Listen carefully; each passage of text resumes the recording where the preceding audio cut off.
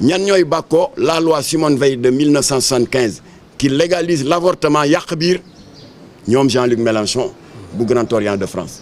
ñan ñooy bàkkoo d'avoir tordu la main au président François Hollande ba le 17 mai 2013 ñu daal di légaliser le mariage homosexuel c'est le Grand Orient de Jean-Luc Mélenchon kooku la ñuy recevoir fii dans ce haut temple du savoir mu ñëw intoxiqué xale yi yàq seen xol wàññi seen iman tilimal seen tawxiid ngeen bëgg a Jamra noppi dañu noppi loolu waral nag ñoom bañ ko recevoir ku wax feeñ dans ce temple du savoir di université ñu ngi ko créé en 1959 ñaata kàngam ñoo fi jaar université formaté leen ñu nekk de brillants esprits ci wàllu politique ci wàllu économie ci wàllu culture wàllu médecine Léopold Sédar Senghor fii la jaar Maître Lamine Gueye jaar na fi Cheikh Anta Diop jaar na fi Mamadou Dia fii la jaar ndem si yàlla si Omar Blondin Diop kenn mënu leen compter ba ñu jeex des éminences grises yoo xam ne université bi moo leen tabb un temple du savoir nga xam ne lan mooy vocation mooy ubbi dënnu étudiants yi jëmbat ci ay xam-xam ak jikko yu baax looloo tax université jóg Jean-Luc Mélenchon ñëw nag ak mbalitam tiim xale yi di ko déglu mu daal di dérouler sans vergogne un prosélytisme malsain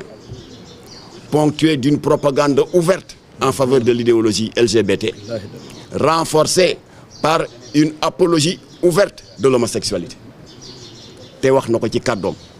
fa gën a dënn bi ci waxin dal di ne j'ai été le premier législateur maanaam le premier député français à avoir déposé un texte de loi allant dans le sens de la légalisation du mariage homosexuel te nee na cette liberté d'amour maanaam góor ñu may ko droit mu bëgganteeg góor ba sëy way mën cee am nee na cette liberté d'amour devrait être ouverte à tous sous un tonnerre d'applaudissements des élèves et des étudiants pendant ce temps dans la même séquence recteur bi jël kaddu pour wax ak xale yi seen njariñ les défis académiques qu'il doit relever ñu yuuxoo ko ci laa ne notre pays est en danger kii moo gën a dangereux Maline Anna Borg chef de mission électorale bi nga xam ne lesbienne la vice-présidente n'est-ce pas de l'interview LGBT du Parlement moo gën a dangereux Charles Michel bi Diomaye recevoir woon moom mi nga xam ne moom la ñu ndeyale woon sëyu góor jigéen ba lay nekk France Luxembourg Xavier Bettel moo leen gën a dangereux fuuf ndax dafa bokk ci ñi nga xam ne c'est les théoriciens de la construction d'une société sans Dieu qui a toujours été prônée par le Grand Orient de France dont il est un des membres éminents ku ma sa gis li tubaab buy ñëw di tagg ak di rafetal ngóor jigéen nga tàcc ko koo xam ne doomu réew mi la directeur université bi di la wax sa njariñ sa avenir les défis académiques qu'il faut relever nga yuuxoo ko le pays est en danger il y a un renversement de tendance un retournement de rôle qui risque de mener notre pays à la destruction moo tax Jamra jóg te du ñu teggeti tànk mukk tànk askanu Sénégal amuñu lu ñu bëgg et je voudrais m'adresser à Jean-Luc Mélenchon ndax mu ngi ñuy dégg am na benn message bu ma recevoir sànq avant may wàcc benn waaye ne ne mu nga toog am na ku koy firil bu ko déggee ci wala firil ko ci français léegi je vais m'adresser à lui en français. Monsieur Mélenchon, nous voudrions, nous, Sénégalais, peuple souverain, vous rappeler ce que vous savez déjà. C'est-à-dire qu'il n'existe pas de pays dans le monde où les lois qui doivent régir la vie communautaire viennent ex nihilo. Ces lois ne tombent pas du ciel, quel que soit le pays pris en considération, qu'il s'agisse de la France, de l'Allemagne, de la Chine, du Burkina Faso, du Sénégal. Les lois qui régissent la vie communautaire ne tombent pas du ciel. Elles sont structurées par qui? Par le législateur. Et comment le législateur structure-t-il ces lois? Eh bien, en s'adossant sur ce que vous, techniciens de l'audiovisuel et de la communication, vous appelez le substrat socio-culturel. C'est-à-dire en langage normal, eh bien, les réalités socio-culturelles. C'est sur cela que le législateur français s'est adossé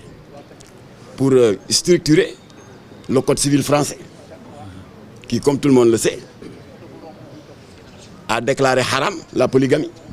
Mais personne n'a le droit de critiquer les Français parce qu'ils sont chez eux. Et c'est dans cette même logique que vous, Français, M. Mélenchon et vos compatriotes, vous vous êtes référés sur vos réalités sociales et culturelles pour penser qu'il était temps, précisément le 17 mai 2013, de légaliser le mariage homosexuel. Personne n'a le droit de vous critiquer parce que vous êtes chez vous. Alors, pourquoi, selon le même principe de structuration des lois que le législateur, dont le législateur a la responsabilité en se référant sur nos réalités sociales et culturelles, au nom de quoi nous, peuple sénégalais, nous n'aurions pas le droit, nous référant à nos réalités sociales et culturelles, de structurer l'article 319 bi haramal ngóor jigéen. Au nom de quoi? C'est aussi simple que ça. Monsieur Mélenchon, c'est vous qui avez appris, je veux parler de vos universités, à nos cadres, que la loi, la majorité, c'est la loi de la démocratie. La majorité, l'écrasante majorité du peuple sénégalais ne veut pas de l'homosexualité. C'est notre droit le plus absolu. Et vous venez sur un ton paternaliste nous dire que non, c'est un monde libre. J'ai été le premier député à avoir introduit un texte de loi portant légalisation de l'homosexualité. C'est votre affaire, ça. Mais ne venez pas nous l'imposer. Alors, moi, Jean-Luc Mélenchon dégg na ko tey nag il a été prétentieux sous un tonnerre d'applaudissements des étudiants xas le gouvernement de Sarkozy, xas le gouvernement de Macron, xawle na gaaruwàlle ne ils ont une mainmise sur l'Afrique au mépris de leur volonté et de leur droit à l'exercice de leur souveraineté. Yow tane woo leen parce que effectivement Sarkozy nëbbatuwul bi ñu jàppee góor jigéen ñi fii 2008 mbaaw ñuy takk sëy Jamra oustaz Aliou Sall imam Mbaye Niang xeex ko ba ñu jàpp góor jigéen ñi lan la Sarkozy def ku ko weddi da ngay dem dans le site internet du gouvernement français www.gov.fr. Il y a 4 communiqués du Conseil des ministres ci mois de janvier parce que le Conseil des ministres se réunit 4 fois dans le mois. Boo fa demee gis ko Sarkozy lu mu wax dafa def communiqué dal di ne suite à l'arrestation de ces jeunes Sénégalais qui n'ont fait qu'assumer leur orientation sexuelle ñoom ñoo koy rafetale noonu donc des homosexuels. Le gouvernement français exprime sa plus vive préoccupation au lendemain de leur arrestation. Loolu du ingérence. Ba noppi le maire homosexuel de Paris kenn tuumaalu ko kenn xasulu ko moom moo def son coming out moo dem ci télévision bi ne góor jigéen la Bertrand Delanoë daa di ko emboîter le pas daal di bind à 2 maires de ville ici au Sénégal am nañ copie nee leen man Bertrand Delanoë en tant que président de l'association des maires francophones maa ngi leen di ñaan ngeen wax président Ablaye Wade nañu bàyyi góor jigéen yooyu. Loolu du ingérence. Ba noppi le ministre de la santé Roselyne Bachelot emboîté ko le pas dal di duut baaraam Bernard Kouchner qui était à l'époque ministre des Affaires étrangères ne ko yow bi nga xam ne yaa yore suñu kaddu au plan international waxal Sénégal nañu bàyyi góor jigéen yi ñu tëj kooku du ingérence. Kon monsieur Mélenchon vous n'êtes pas mieux loti que ñoom dañu affiché wu yow da ngay nëbbatu ñëw fii université pour intoxiquer les enfants pour dugal leen ci musiba. Et enfin je vais terminer par un appel, un constat et un appel en m'adressant à monsieur Ousmane Sonko. mënuma ne premier ministre Ousmane Sonko parce que moom moo ne bi muy invité Mélenchon invité wu ko en tant que premier ministre moo ko wax nee na dama ko invité en tant que leader d'un parti qui s'appelle le PASTEF qui a invité un leader d'un autre parti français mu di la France insoumise et qui s'appelle Jean-Luc Mélenchon moo ko wax kon monsieur Ousmane Sonko fàtte xaju fi yow sa wàllu bopp te rappelé naa ko ci suñu conférence de presse bii passé fekkee nga fii le 27 juin 2013 Obama ñëw fi moo ëpp teggin sax Mélenchon ndax moom dafa jël benn journaliste lesbienne moo posé woon question Macky Sall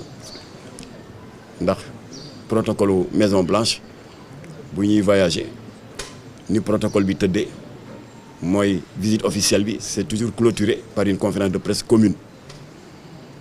le président du pays d'accueil day tànn 2 journalistes Macky Sall tànn Alassane Samba Diop bu RFM Tidiane Bari bu RTS le président Obama tànn benn journaliste homme ak benn as ndaw si ñu xam muy lesbienne bu rëy di liggéey dans un grand hebdomadaire foofu la question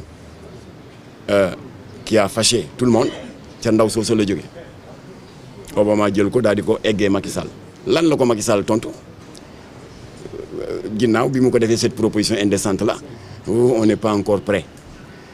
ba ka Macky Sall tontoo loolu wax leen ma ban